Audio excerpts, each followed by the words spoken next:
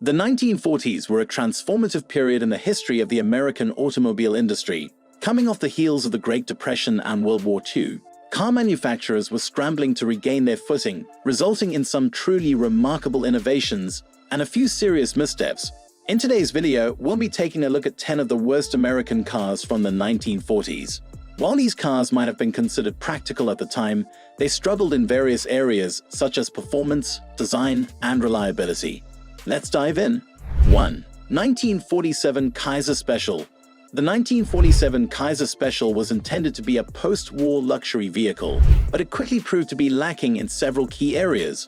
With a starting price of about $2,000, it was marketed as an affordable luxury car, but many owners found it to be overpriced for what they got. On the exterior, the Kaiser Special sported a rather uninspiring and bland design. Its grille was boxy, and the overall aesthetic seemed dated compared to some of its competitors. Inside, the vehicle didn't fare much better. The interior materials were subpar, with cheap plastic and uncomfortable seating that left much to be desired. Performance-wise, it came with a modest 100 horsepower engine, but it was sluggish on the road, lacking the acceleration and smooth handling expected from a special model. 2. 1941 Chrysler Royal. Chrysler's Royal, priced around $1,000 to $1,400, aimed to be an affordable family car. However, it fell short on many fronts. The exterior was heavy and bulky, giving it a cumbersome appearance.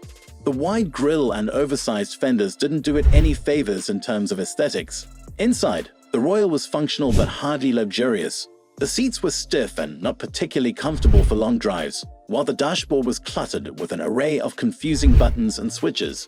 When it came to performance, the car was powered by a flathead 6-cylinder engine, producing around 95 horsepower, but it was underpowered, especially when fully loaded with passengers or luggage. Fuel efficiency was another downside, making it a tough sell even for the era. 3.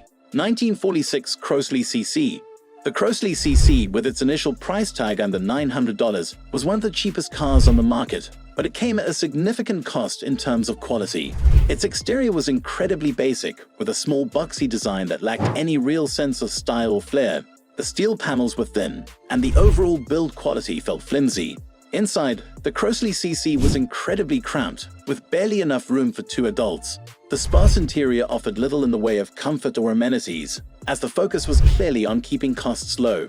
Powered by a 26 horsepower, 2-cylinder engine, the car struggled to get up to speed and had trouble maintaining highway velocities. Its poor acceleration and shaky handling made it feel like more of a glorified go-kart than a proper automobile. 4. 1949 Ford Custom. The 1949 Ford Custom came with a price of about $1,500, positioning itself as a mid-range car.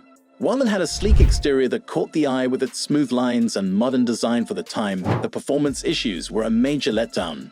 The Custom was powered by a 100 horsepower flathead V8, which sounds impressive on paper, but in practice, it was slow and inefficient.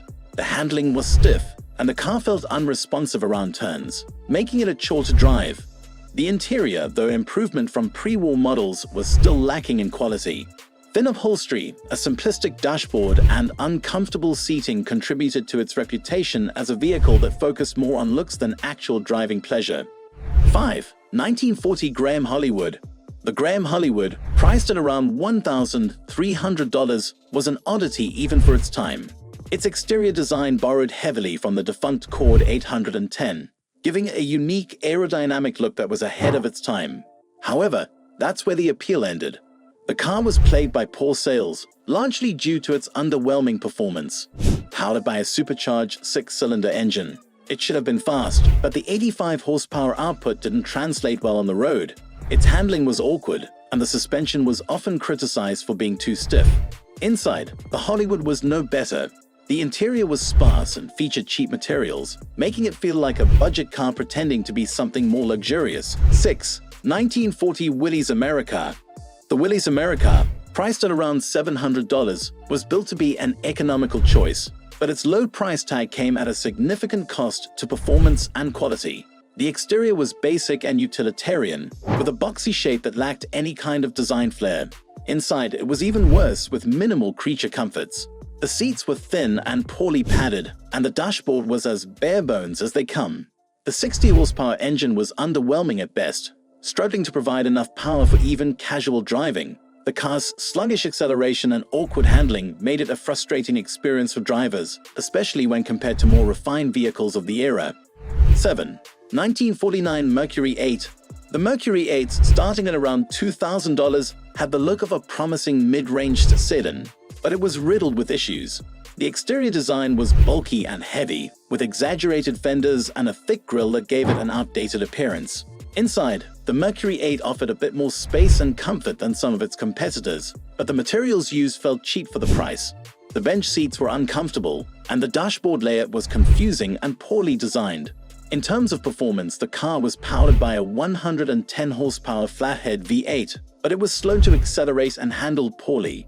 Its large size also made it difficult to maneuver, especially in tighter spaces. 8. 1946 DeSoto Suburban.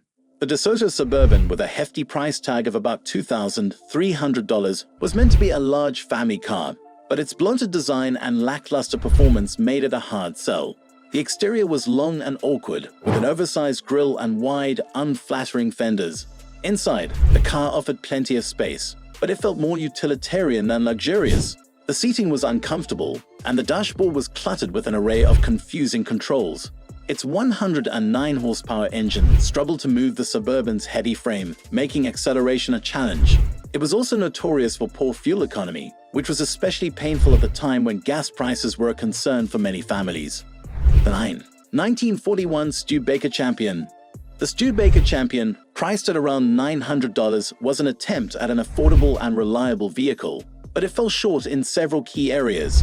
The exterior design was modest and inoffensive, but it was far from eye-catching. The interior was cramped, with uncomfortable seating and a very basic dashboard. The Champion was powered by an 80 horsepower inline-six engine, but it was far from champion in terms of performance. The car was slow, and the handling felt loose and imprecise. Its build quality was also a concern, as it was prone to rust and other durability issues, making it a vehicle that required more maintenance than many of its competitors. 10. 1942 Big Special. The Big Special, priced at around $1,200, was a disappointment for a car that carried the big name. The exterior design was heavy and uninspired, with large fenders and a wide, boxy grille. Inside, the Big Special felt cheap with thin upholstery and a dashboard that looked outdated even for the time. Performance-wise, the car was powered by a 110 horsepower straight-eight engine, but it felt sluggish on the road. The handling was stiff, and the car didn't respond well to sharp turns. Overall, it was a lackluster offering from Buick that failed to live up to the brand's reputation for quality and performance. And there you have it, 10 of the worst American cars from the 1940s. While each of these vehicles may have had their merits, they ultimately fell short in key areas like performance, design, and reliability. If you enjoyed this look back at some of the more infamous cars from automotive history, be sure to like and subscribe for more deep dives into the highs and lows of the car world. Thanks for watching.